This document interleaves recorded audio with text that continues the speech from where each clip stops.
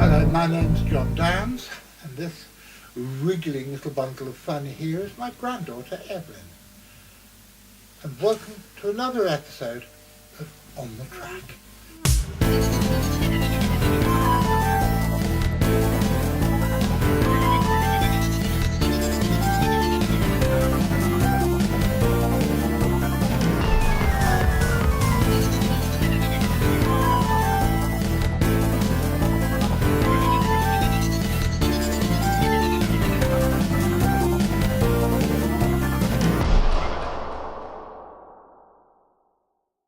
We would like to dedicate this episode of On the Track with love to the memory of Richard Dawe, our old friend who died this month.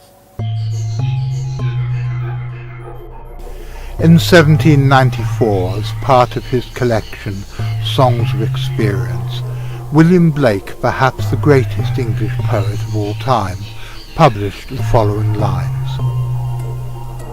Tiger, tiger, burning bright in the forests of the night, what immortal hand or eye could frame thy fearful symmetry?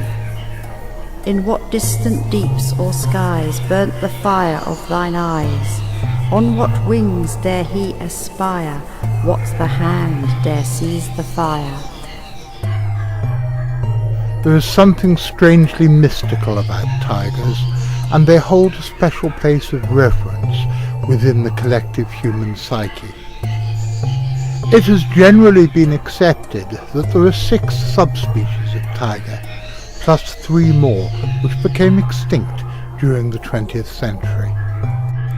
And it is the last of these, the Javan tiger, which concerns us in this episode of On the Track.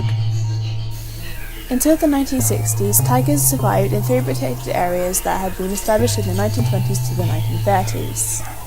In 1971, an older female was shot in a plantation near Downpatiri in Java southeast. Since then, not a single cub has been recorded. The area was upgraded to a wildlife reserve in 1972, but was disrupted by 2 large plantations in the major river valleys, occupying the most suitable habitat for the tiger. In the west of Java lies the Halangan Reserve. In 1984, a tiger was killed there, and in 1989, pug marks were found that were the size of a tiger's.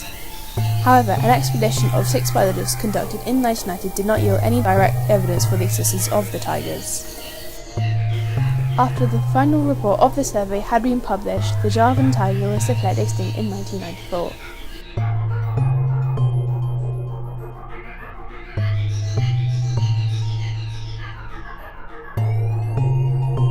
And then this year, everything has changed for the Javan tiger.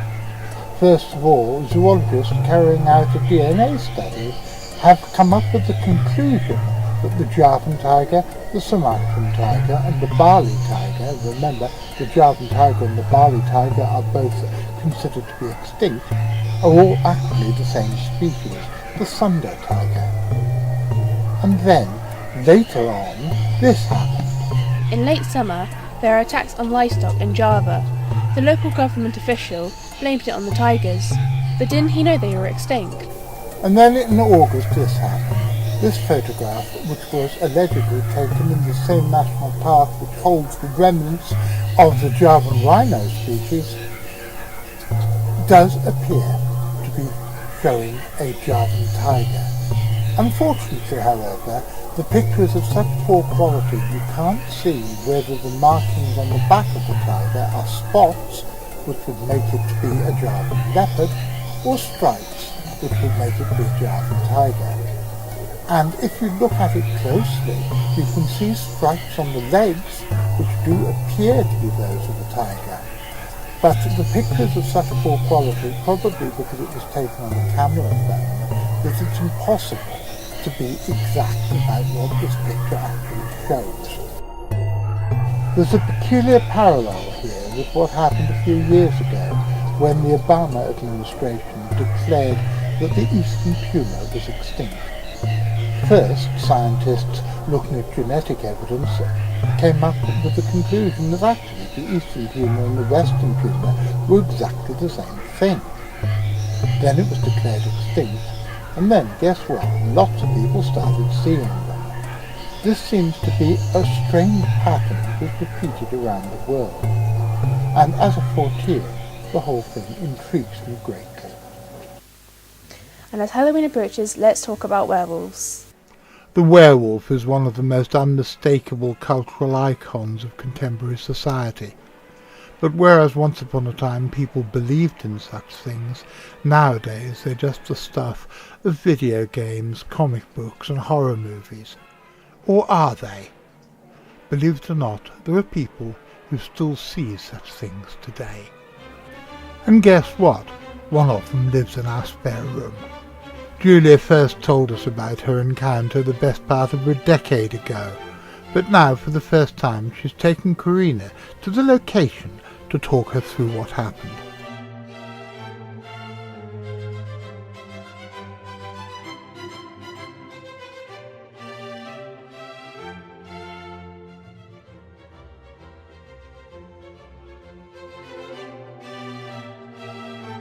"77 years ago this summer, it was the height of the Battle of Britain, and this one tiny island was standing alone against the might of Nazi Germany.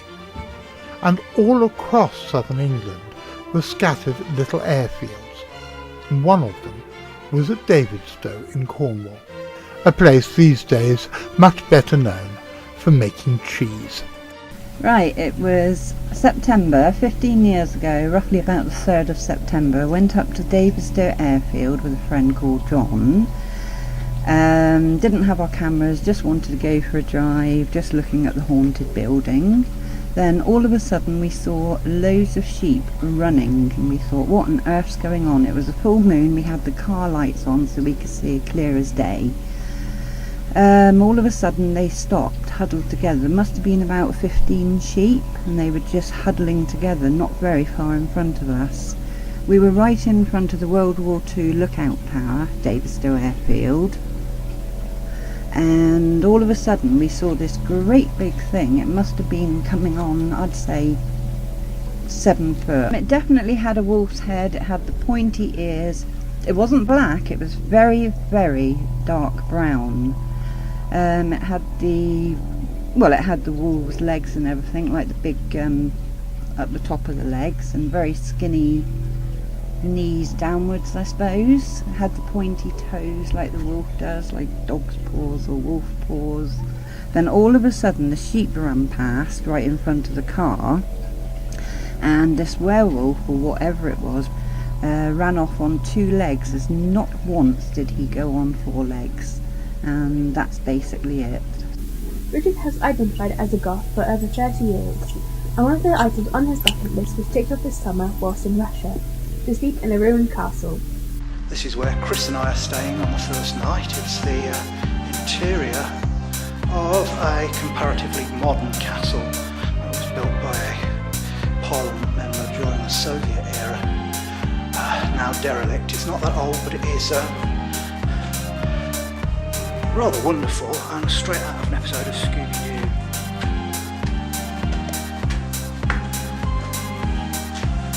You really don't want to go sleepwalking in this place. Somnambulists will meet their doom. It's an awful shame that I can't spend some money and do this place up, because it wouldn't cost all that much and it'd be rather lovely. A bit like the old faux Bulgarian castle we saw last time we were here. It's only been abandoned since the 80s, but it was fantastic.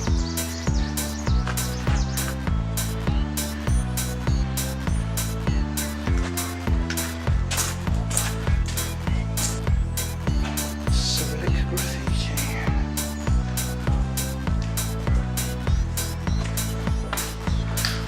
It's all pretty structurally sound, but the one place I think I don't want to go too far up is this old staircase. It looks a bit rickety.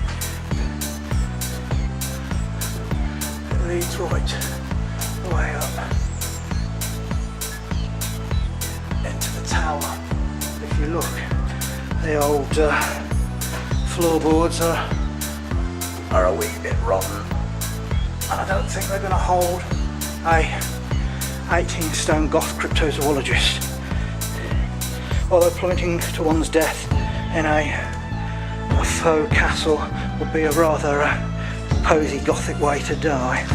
Anyway, let's take a look at the outside. It's even nicer from there.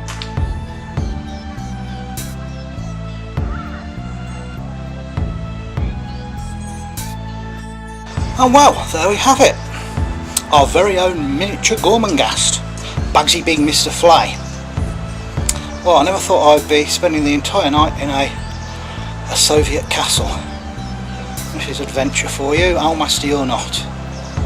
See you in the morning, hopefully after lots of encounters with guests. And over to our friend Colin Schneider in Ohio. I am here at the 2017 Mothman Festival with Ronald Murphy of several different affiliations, including the Center for Fortean Zoology. How are you doing today, Ron? I am doing quite well, and I'm very excited to be being on the track. It's one of my favorite blogs, and I'm really looking forward to being on here. Yeah, well, this is the third episode of the new continuation. There you go. So this is kind of a rebirth, a renaissance, if you will, for this. So this is good.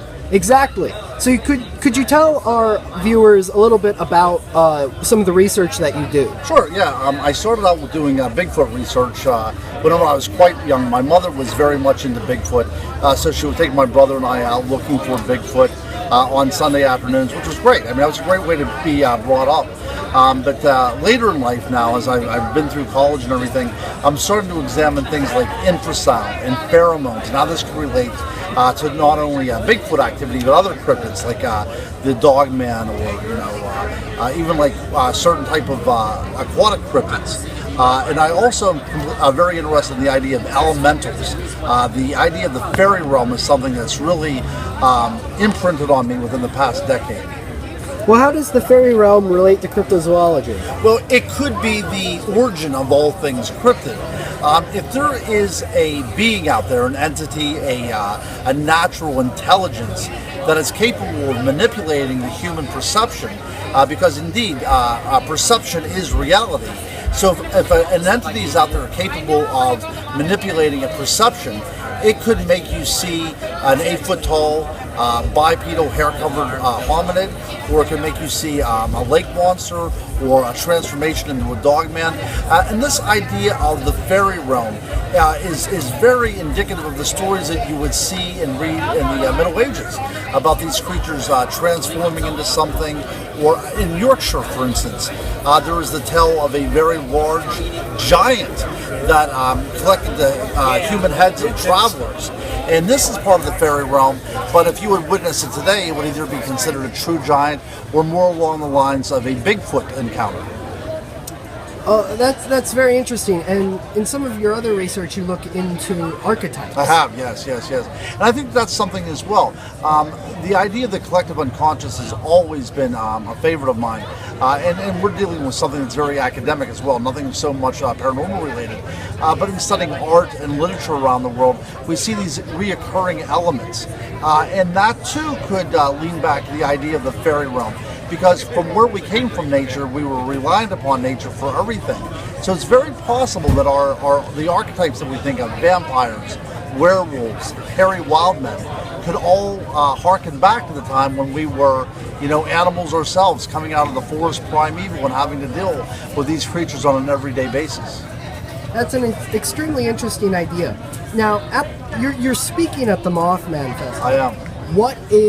Could you kind of, for our viewers who might not be attending the Mothman Festival, could you go over kind of what your talk is going to be about? Sure, and speaking about the Mothman Festival, this is my first time here, and I really, truly cannot wait to come back here again next year. It is a small town, very historical, clean, and everybody is so inviting. But right now, if you would look around, this town is probably swelled to 3 or 4 times its size. And everybody here is like-minded. Excellent forum to talk about all things supernatural, paranormal, cryptid. But I will be speaking on the winged entities or flying entities of the fairy realm, and I'll be looking at things like the Mothman and the Jersey Devil, and some lesser-known flying entities like the Bat Squatch. And I will be looking back at ancient archetypes like Lilith and the idea of fairies in relation to this as well. This is not a unique thing. Even though the events that took place here in the 60s, 65, 66, which is rather recent history, we can see the idea of a harbinger of destruction going back in Celtic folklore, and even to the time of the Babylonians, and the idea of Lilith, who would come in through your window at night to steal your children. So the idea of the flying humanoid transcends space and time. I think that's an excellent way to end this. It was my pleasure being here, and I hope all those folks that are watching this makes it here to Mothman next year. Certainly, it's an excellent event, and I recommend it to anyone. Absolutely. Thanks, Ron. Thank you, sir. When Louis was in Atlanta last month, he went to what we believe to be the largest aquarium in the Western Hemisphere. I'm very envious of Louis because whilst he was at Atlanta Aquarium, he saw an animal which I've always wanted to see and so far have singularly failed to do: the whale shark. This is the largest shark species and indeed the largest fish known to exist in the world today. And unsurprisingly, it has quite a lot of relevance towards cryptozoology. For example, in Fijian mythology, Dakukwa is a shark god. He was greatly respected by fishermen because he protected them from any danger at sea and sometimes even protected them from evil denizens of the deep. According to legend, he was once going inland to conquer Kodavu Island through the river when another goddess challenged him in the form of an octopus. After a great battle, the octopus won by pulling out his teeth, and her 8 arms, which enabled her to hold off the massive attack of Dakukwa, forced the god to promise never to attack Kodavu again. That's how Dakukwa became the god and protector of the island. Dakukwa can also change shape into anything, but his real form is like something out of Harry Potter, a muscular Fijian man with the upper torso of a shark. The Anglican priest William Floyd wrote, "When I first came to Fiji, the famed fish god, the Dakukwa, was very much reality.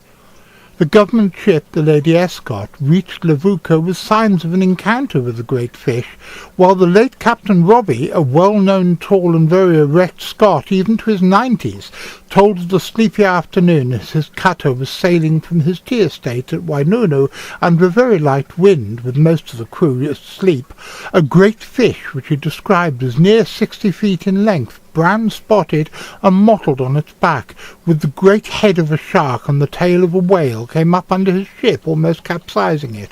The crew, instantly awake and concerned, followed the ancient pattern, pouring a strong libation of kava into the sea, which, it would seem, was just the right idea for placating fish gods.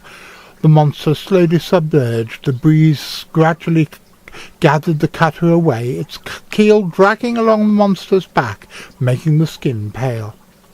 To the Fijian crew, this was the Dakukwa in the 20th century, what must have been the effect in the 10th. Zane Grey was a famous author of cowboy novels, but I'm indebted to our friend and colleague Dr. Carl Schuker for telling us about Grey's encounter with an immense shark sporting a square head, huge pectoral fins, a green-yellow body speckling with a few white spots, maybe encrusted barnacles, Schuker suggests, and measuring considerably more in total length than his 35 to 40-foot boat. Grey's encounter took place in 1927 or 1928 while sailing off the French Polynesian island of Rangiroa, which is about 220 miles northeast of Tahiti in the South Pacific's Tuamotu archipelago. The account can be found in Grey's book Tales of Tahitian Waters, which was published in 1931. 2 years later, in 1933, also according to Carl Schuker, when about 100 miles northwest of Rangiroa aboard the SS Manganui, Grey's son Lauren also caught sight of a gigantic shark, once again yellowish in colour but flecked with white, which had revealed a great brown tail plus a massive head that seemed to be at least 10 to 12 feet across, and a total body length estimated by Grey Jr. to be not less than 40 to 50 feet. However, he was convinced that it was not a whale shark. So what was it? I would like to suppose that the reason that Grey Jr. supposed that it was not a whale shark was because of its colour. So, could there possibly be different colour morphs so far unknown of the greatest fish in current waters? If so, this might explain this famous sighting from October the 4th, 1885, when a creature resembling a monster was seen off KwaZulu-Natal's north coast in South Africa. Several witnesses of the creature reported it having yellow skin, black stripes, and being around 90 feet long. Only this time fins were reported on each side of the creature. They were said to occasionally break the surface and slap against the water as they resubmerged. In 1965, Belgian-French scientist, explorer, researcher, writer and the father of cryptozoology, Bernard Heuvelmans, categorized this large unknown tadpole-like creature under the name yellow belly. This categorization is used to describe all tadpole-like sea monsters that have been sighted in the past, as well as those spotted in the future. Expanding on his newly found category of aquatic anomalies, Heuvelmans stated that he personally believed the creatures responsible for the yellow belly sightings were either an unknown type of shark or possibly an amphibian. Well, some of the yellow belly reports have something very much like a tadpole but with an enormously long tail, but others do appear to be just enormous flat-headed fish.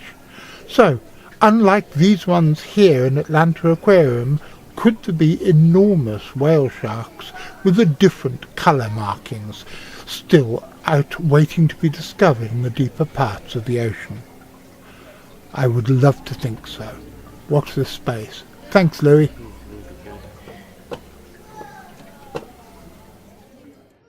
And over to Kuna for this month's visit to the Watcher of the Skies.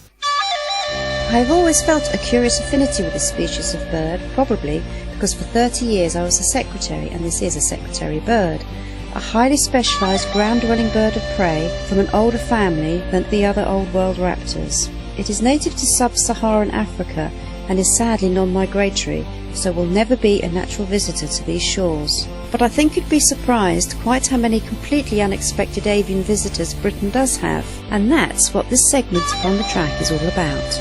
Bernard Heuvelmans himself said that cryptozoology wasn't the study of monsters, but the study of unexpected animals, and in the UK what could be more unexpected than vultures, spoonbills and albatrosses? Yes, even the kings of the Southern Ocean have been seen in British waters. 2 species of albatross have been recorded in the UK in recent years. Not all of our feathered visitors are quite so spectacular, but nearly every day there is something exciting to greet the Watcher of the Skies. Greetings, my fine feathered friends. And greetings from the snoring dog as well, just in case anybody thought it was me. It isn't. Right. Storm petrels are said to be a bad omen for mariners due to their link with bad weather. Superstitious seafarers thought the birds were witches, or the souls of perished sailors, and killing one was reported to bring bad luck. However, they are breeding on a remote part of the Outer Hebrides for the first time after conservationists managed to wipe out a population of rats which had invaded the island, which were thought to have originally reached the islands from a shipwreck. Although it would not be until March 2018 before the islands can be officially declared free of rats, the birds have arrived this summer in the Shant Isles, a privately owned group of islands in the Minch, east of Harris. The storm petrel is a tiny bird at 14 to 18 centimetres, which for us oldies is 5.5 to 7.1 inches in length, and weighing on average 2 kilograms. No, 28 grams. I can't read the cue card. 28 grams, or in ounces, 0.99, with a wingspan of 36 to 39 centimetres, again in English, 14 to 15 inches. More than 500 Arctic terns and 5 internationally threatened little terns have fledged on a stretch of the North Northumberland coast thanks to 24-hour watches against predators such as stoats and foxes. Around 1,800 breeding pairs of Arctic terns return to the Long Nanny from Antarctica each year. The Arctic tern has a circumpolar breeding distribution covering the Arctic and subarctic regions of Europe, Asia and North America, and is strongly migratory. It actually gets to see 2 summers each year as it migrates along a convoluted route from its northern breeding grounds to the Antarctic coast for the southern summer and back again about 6 months later. It's better glasses. Recent studies have shown average annual round trips of about 44,100 miles for birds nesting in Iceland and Greenland, and around 56,000 miles for birds nesting in the Netherlands. The birds make the longest migrations known in the animal kingdom. The little tern breeds on the coasts and inland waterways of temperate and tropical Europe and Asia, and again is strongly migratory, wintering in the subtropical and tropical oceans as far south as South Africa and Australia. The little tern was a common bird of European shores, rivers and wetlands at the beginning of the 19th century, but populations of coastal areas decreased in the 20th century because, guess what? Habitat loss, pollution and human disturbance. My cue to turn the page. There have been record numbers of waders breeding in Dovestone RSPB in the Peak District, which is believed to be down to an ongoing bog restorative programme. Dunlin, which require damp and hilly sites to breed, and European golden plover, which also favour nesting on wet moorland bogs.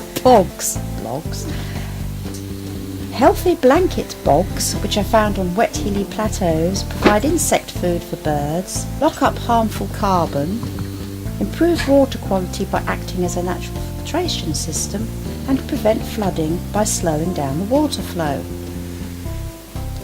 Eggs of the endangered black-tailed godwit were collected from the wild by RSPB and WWT staff and hatched and raised in captivity as part of Project Godwit. The project aims to secure the future of the species in the fens and focuses on 2 wetlands in the east of England, the Ouse and Nene washes, where conservationists are trying to increase the British black-tailed godwit population. The first winter birds were released from captivity just 11 weeks ago and have already been sighted in various locations along the North coast. It is hoped the released birds will eventually all join other black-tailed godwits as far south as sub-Saharan Africa in the coming months. And that's it for this episode, folks. And now, my little warbling wattles, it's time to go over to Jonathan for this episode's new and rediscovered. Yes, I got it right. Hooray! Hooray! A new species of rat, 4 times larger than regular rats, has been discovered on the Solomon Islands in the Pacific Ocean. The creature, stretching almost half a metre, 19 inches in length, lives amongst the trees and survives on nuts, including coconuts, that it cracks open with its teeth. The Solomons are already home to 8 other species of rat, but this is the first new discovery in 80 years. The new variety, named Euromys vica, has long been spoken of in island folklore. When I first met with the people from Vangunu Island in the Solomons, they told me about a rat native to the island that they called vica, which lived in the trees, said Tyrone Lavery, a researcher at the Field Museum in Chicago, who made the discovery. Despite searching for the creature since 2010, Dr. Lavery failed to turn up any evidence of the big rat, apart from large droppings. I started to question if it really was a separate species, or whether people were just calling regular black rats vica, he said. In November 2015, though, a sharp-eyed conservation ranger saw a large rat tumbling from a 10-metre tree felled by loggers. The fall killed the rat, but the ranger shipped it to the Queensland Museum in Australia, where Dr. Lavery was a fellow. As soon as I examined the specimen, I knew it was something different, he said. There are only 8 known species of native rat from the Solomon Islands, and looking at the features on its skull, I could rule out a bunch of species right away. After DNA testing, Dr. Lavery confirmed it was a new species. The newly discovered rat has a long, scaly tail, which researchers believe help it grip while travelling through the trees. The animal's ancestors probably travelled to the islands on vegetation. These giant-sized but long-hidden creatures are likely to be immediately classified as critically endangered due to threats that they face from logging. About 90% of the island's trees have already been cut down. The furnace ants, or honeypot ants, present a very large genus of ants. Mellophorus is confined to Australia. Long believed to be megadiverse, some scientists have even suggested that the group may contain well over 1,000 species. However, to this point only 32 species and subspecies have been described. Scientists Dr. Brian Hetterick of Curtin University, Dr. Mark Castanelli of Eco Diagnostics Limited, and Dr. Steve Shattuck of the Australian National University, funded by an internationally competitive Australian Biological Resources grant, set out to find the true facts. As a result, they discovered as many as 74 new species belonging to Mellophorus. In their study, published in the open access journal Zookeys, they also provide a taxonomic key to the workers of a total of 93 species in the genus. Amongst the studied ants there are quite bizarre ones, including a species, Mellophorus hirsutus, whose eyes are strangely protruding out of its head to a varying degree. In extreme cases, the eyes are so pointy they could be likened to ice cream cones. Named many years ago, this ant appears to be older than the rest of its examined living species. Furthermore, unlike most of them, it doesn't seem adapted to heat. It's confined to the wet eastern coast of Australia. Dr. Hetterick spent 2 weeks collecting specimens in the often rugged and forbidden terrain of Western Australia, whilst the team also asked a number of major museum collections to loan them specimens. The newly collected ants were placed in alcohol and subjected to genetic tests using 1 mitochondrial and 4 nuclear genes. The findings were then compared with those from physical examinations to prepare the taxonomic key, a set of distinctive features per species that can be used to differentiate within the group. Given the generally complex nature of these ants, the authors expected the genus to further expand in the future, and they speculate that even though the numbers aren't going to get to the 1,000 or so that people had thought, they may increase to around 100 species, illustrating an incredible diversity. A small seamount by Peng Chiayu Island, located 60 kilometres, that's 37 miles, off the coast of Taiwan, is prized for its red corals. That's corals with red or pink skeletons, popularly used for jewellery. From these red coral fishing grounds, scientists have collected a new species of crab, an orange crustacean covered in numerous tiny star-shaped protrusions. The crab has also been discovered in the Philippines. In a new study published in the journal Zookeys, scientists have named the crab Paraficulus stellatus, from the Latin word stellatus meaning starry. The star-like outgrowths change with age, the researchers write in the statement, becoming shorter, blunter and mushroom-shaped to resemble wart-like outgrowths and granules. Regardless of their sex, as the crabs grow larger, their carapaces also get proportionately rounder and wider. The new species, Paraficulus stellatus, has star-like outgrowths on its body. The crab's orange colour varies also. While some specimens of the crab that the scientists collected were dull orange with white patches, others had pale or intense orange shells with white spots covering whole or part of the tiny protrusions. The underside of the crab's body is typically dirty white to light brown. Authors Peter Ng of the National University of Singapore and Ming Xiaojian of the Biodiversity Research Centre, Taiwan, write in the paper. But before we go, Jonathan, don't do that. There's this. And in next month's episode...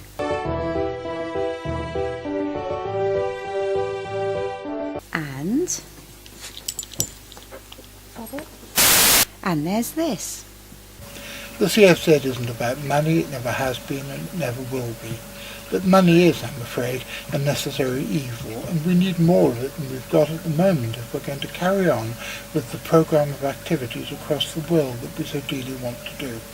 Therefore, I'm very pleased to announce that my mate Louis from Sussex is going to be taking over a fundraising initiative and running a Patreon campaign, one of the new generation of crowdfunding initiatives which are so useful in raising money for organisations like ours. Keep your eyes peeled, watch this space, there'll be more information about his activities very soon. Thank you for watching this month's episode of On the Track. We hope you enjoyed it, and we hope you tune in next month. Goodbye! And so, ladies and gentlemen, we come to the end of the third episode of the relaunched series of On the Track. Thank you very much to all of you for supporting us. The reaction that we've been getting from people for the last 2 episodes has been outstanding, and truly I think we're only going to go from strength to strength. So, I hope you tune in next month, and until then, be seeing you.